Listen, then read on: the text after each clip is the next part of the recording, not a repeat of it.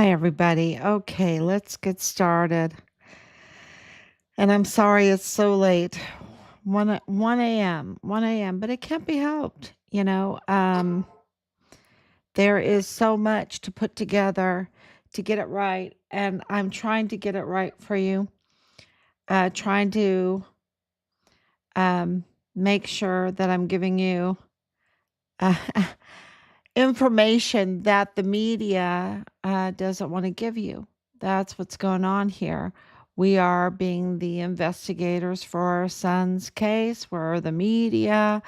We're updating not only El Paso, but also Juarez, Chihuahua, Mexico, on what's going on. And um, and there's a lot going on, and that's why it's taking us, you know, till 1 a.m. to come on and give it to you to make sure that that you're aware and that you won't be fooled by these clowns, these very dangerous clowns. Clowns can be very, very dangerous, can be very, very evil, and they can wear, a pretty outfit, right? They can wear a fun looking wig. They can absolutely. Well, it's all about deceiving. It's all about deceiving and doing their little tricks. And it's a circus. It's a circus, and the circuses can be very dangerous. Um, and this one at the border is uh, is very evil. It's hellish. It's absolutely hellish. So let's get started. Make sure that everything is working. And I'm not over exaggerating. Matter of fact, I think I'm under exaggerating how dangerous this is, how um, our security is just being risked every day by these individuals not doing their job, by being paid. Now they're being paid with public money, with public funds, these media, or they get 501c3 tax exempt status. And they laugh. They laugh um, while deceiving and risking our national security, risking the lives of children, risking the lives of women. A lot of women's lives are being risked right now. We saw that with La Diabla. We saw that with um, Mario Ortiz Ceroldi, right? That the magistrate court, the El Paso magistrate court, did not even um, secure the women, right? They should absolutely file protective orders, protection for these women. And they didn't do it. They couldn't do it because they're not legitimate. The criminal law magistrate court is not legitimate. None of them are elected. They are all imposters. And there's good news. We have heard now that there is an open investigation into their legality, right? Because we know that they are absolutely violating the Texas Constitution by sitting on that bench without being elected. That El Paso Criminal Law Magistrate Court, being a court with a lot of power, it has full jurisdiction over the entire county. And when a court has that much jurisdiction, that much power over an entire county, the entire county of El Paso, then the people must have a say so. They must have a say so on who sits on those benches, and they must be elected. Those judges must be elected. And that's in the Texas Constitution. And none of those individuals, imposters, usurpers, what do you want to call them? Clowns, but they're not. magistrate judges. I can tell you that much. They're not magistrate judges. They are illegal. And so, because they're, as we say in Ireland, acting the maggot, um, they're putting women uh, in real danger because they can't even order a protective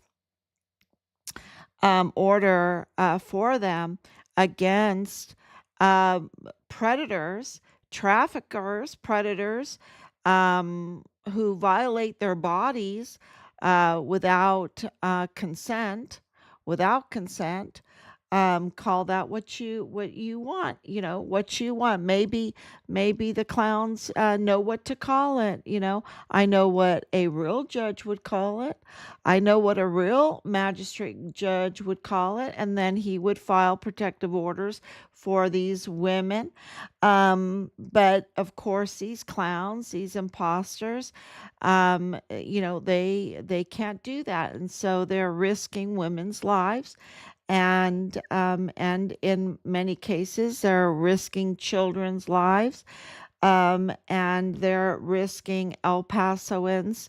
Well, they're spending El Pasoans' money, right? They're risking their economic well-being with this charade, with this circus. So, you can come from many different angles how dangerous this is, how much it hurts El Paso. And then we have the media that are acting the maggot too, acting the clown, not reporting on that there needs to be a prosecution, that there needs to be a real prosecution against predators like traffickers, really, and he even violated their body without their consent and then took them back to their captors, to their traffickers. That was Mario um, Ortiz Ceraldi. And seems like family member or very close to James Bonneau Montoya. And the 34th Judicial District Attorney's Office should be prosecuting. It should be prosecuting this for more than a solicitation, right? This is more than a solicitation when you're violating someone's body without their consent, and they are captive, and then you're an officer of the court. You take them back to their captors instead of to the police department, right? So, I think that the 34th Judicial District Attorney's Office is also acting the maggot, is also acting the clown, not, saying that um, Soraldi just solicited. I don't think so. I don't think so, and this puts the whole El Paso and Juarez in real danger. It makes a joke out of it. It makes a joke of a predator that violates a victim, a trafficking victim, um, a predator that violates the body of a trafficking victim uh, through coercion and without consent, and then turns them around and gives them back to their captors, um, puts them back into the trafficking ring. That would be called trafficking too. And then it then grows the whole. I mean, if an officer of court is going to participate in violating women's bodies without consent and into trafficking, what do you call him? What do you call him? And if you let that go, right? If you let that continue, um, you're putting national security, you're putting the security of the entire county, so these people are violating their oaths. You're They're putting international relations at risk um, because of the trafficking. I mean, it's not a joke, right? It's not a joke. It's very, very serious. And we have whistleblowers that have paid the ultimate price, like our son, exposing these terrible crimes. And because the 34th Judicial District Attorney's Office is not, is acting the maggot, acting the clown, and because the media is acting uh, the clown. Where is Devala? What is her name? Right, Stephanie Davila, whatever. Is it Deville? Is it Deville? I don't know. I mean, maybe that's her clown name. I don't know.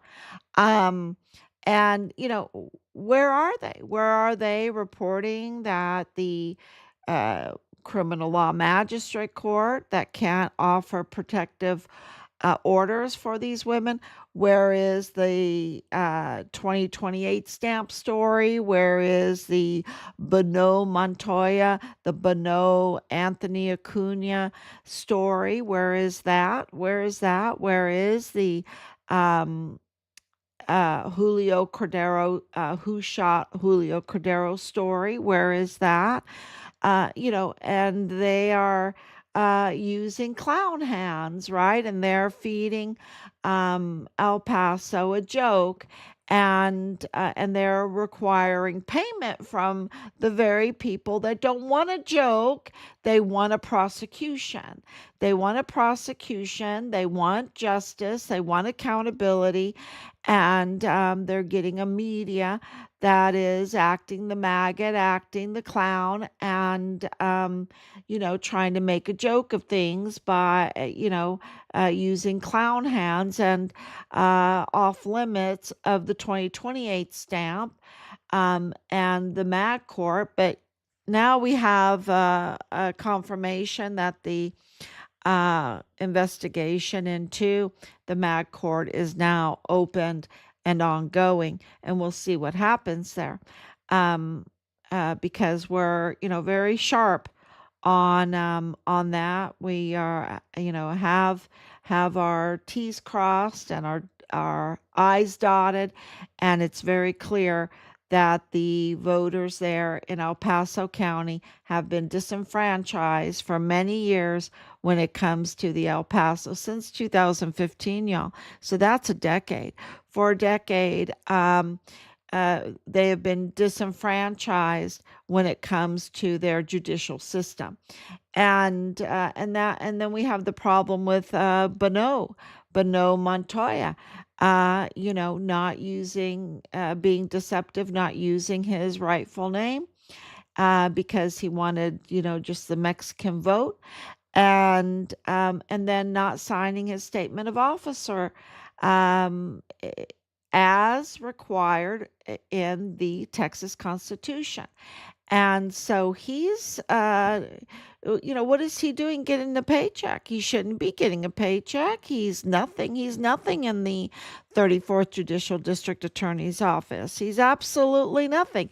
And so, um, get out, because we want a true prosecutor. We want prosecutions in these very, very serious crime cases when it comes to Anthony Acuna and him shooting Julio Cordero, the most decorated FBI special agent in El Paso history. Right in the, right. Well, it did a lot of damage to his face. It did a lot of damage to his face, and they need to release the video. They need to absolutely release the body cam footage. And then, of course, we have the Mag Court, which is very serious, and the Soraldi case, very serious. Of course, we have the funeral and all the bodies. There's so many cases there, and of course, our son's case, very serious cases that this judicial system is supposed to be addressing. And they can't. They're acting the maggot, they're acting the clown, and they have the media, acting the clown with them and using soft clown hands, and not touching, giving a free pass to major, major stories that are risking national security as well as the community's security there in El Paso and across the border in Juarez.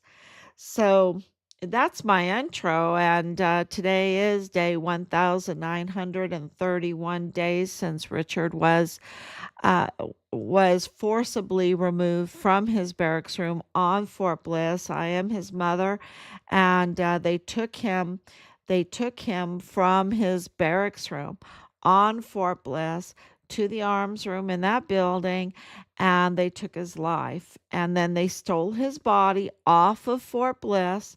Yes, they breached all the security. This is what we're talking about. None of this could be possible if the media was doing their job. And so Richard's life was taken. And that's why President Trump is watching this closely. He's watching this media closely, and they absolutely are are responsible for reporting accurate news. And because they are not, then you have situations like Richard, you have the emboldening of criminals that they feel like they can just steal a body off of Fort Bliss and dismember it and traffic it to Juarez, Mexico.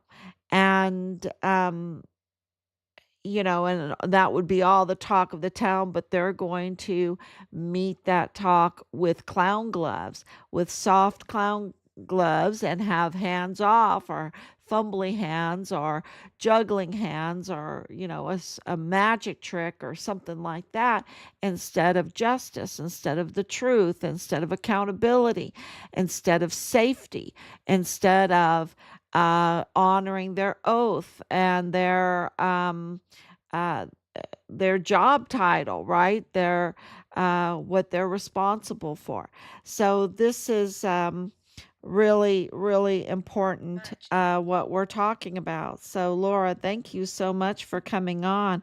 You are on point as a native El Pasoan. You come short to the reality. There is way more going on. We had a 2-year-old protective order back in 2019 against their dad. 12 years domestic violence. Oh my goodness, that's so bad. Um, and Victor Salas gave him unsupervised visits without their dad. Wow. And this is the thing. These judges, they're hurting so many children. They're hurting so many uh, families. Look at they're going after Max Grossman for what? For what? I've looked at that case. We've looked at that case back and forth. They're going after him because they're biased politically. And so they're weaponizing the media, they're weaponizing the system to go after, someone that does investigations and post it. And then if they don't like you, which they don't like Max Grossman, then they want to destroy you and they'll weaponize. And that's not what it's for. This is a judicial system. This is the magistrate court. This is the 34th Judicial District Attorney's Office. This is not, playing games. And why is it that these media people now get a job in the 34th Judicial District Attorney's Office, and then they're not even mentioning the 2028 stamp? They're not even mentioning the MAC court disenfranchising the the people of their vote. They're not mentioning Bono Montoya. They're not mentioning the things that they need to mention. And so this is really very serious. And which comes to the point of my breaking news. My breaking news, and you're not going to hear it anywhere else. You're going to hear it right here, and it has to do with the Plenitude Crematorium.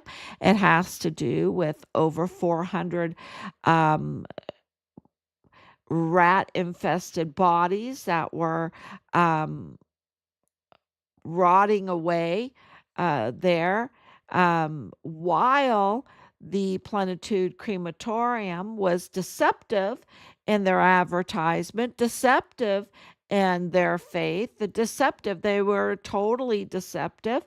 They need to be held accountable for that deception, because what they did then was just act like the demons they are. You think we have a problem with the media there. Well, some of them probably act like demons, but they're acting. But Raphael Ariano, I need to practice that name. Ariano, um, Quran, he is absolutely um, a deceiver, a absolute deceiver with his Plenitude rotting narco crematorium disposal um, system. It needs to be called a system. And what is the breaking news? We all know about that, right? Well, all of those bodies, each of those bodies, and think about this, each of those bodies need to have a death certificate. Okay. Well, if not if it happened, so when Raphael, the owner of Plenitude Crematorium, uh, reneged on his promise over and over and over again, hundreds of times, giving pulverized animal bones and um, stones, construction materials in urns and calling it human remains, and giving that away, and then keeping the body um, there. Why? Why were they keeping the body there, not cremating it like they had promised to do? And, really. Deceiving the families, the grieving families, also just mistreating the human body if the person was a victim of the cartel, right? Just mistreating the body, which is sacrilege. It's absolutely sacrilege. And and then the breaking news is that every one of those uh, death certificates where he did that, um, that is tampering. So there's hundreds, hundreds of tampered death certificates. Can you imagine what that is saying and what that will do to the relationship with the United States? I mean, when you can't depend on death certificates, when you can't depend on a crematorium, when you can't depend on a funeral home, uh, and all the doctored paperwork that they used in order to cash in illegally on benefits for burial or for NGOs or whatever. This is clearly huge, absolutely. And I can't even express it the way I want to, because you're talking about over 400. Absolutely, absolutely. There's no other way. 400 tampered death certificates. How many are American? How many are Mexican? How many are, you know, being cashed in through illegal means? Their identity stolen from them. Maybe they had visas on them. Maybe they had other identity on them. Maybe they had credit cards on them. What's going on? Right? What is going on? This is a huge, huge crime, huge implications, especially uh, hearing all about that they're cashing in on these, even the veterans benefits. That all needs to be investigated. And if you were an investigative journalist, right, if you were doing your job as a journalist on the border, you would be asking these questions. You would be holding them um, up to scrutiny. These especially Samaniago. You know, Samaniago has a huge duty in all of this, and he's thwarting it. He's out there fine dining with the owner of the Plenitude Crematorium. I mean, talk about a conflict of interest. So, absolutely. Um, this is huge, huge news. And we will absolutely keep you informed every step of the way. And we want to thank everybody so much for all the sharing. There's been so much sharing lately, and we are a government of the people, by the people, for the people. And so it's all about communication and sharing. And so I just want to say thank you to everybody that has been doing that, because that is what is going to drive the leadership, whether you like them or not, whether I like them or not. It will drive the leadership to do the right thing, and that's what we want. So we want accountability, we want justice for Richard and for those that have been hurt throughout this. So thank you so much, everybody, and I will absolutely be back tomorrow, God willing. Bye bye.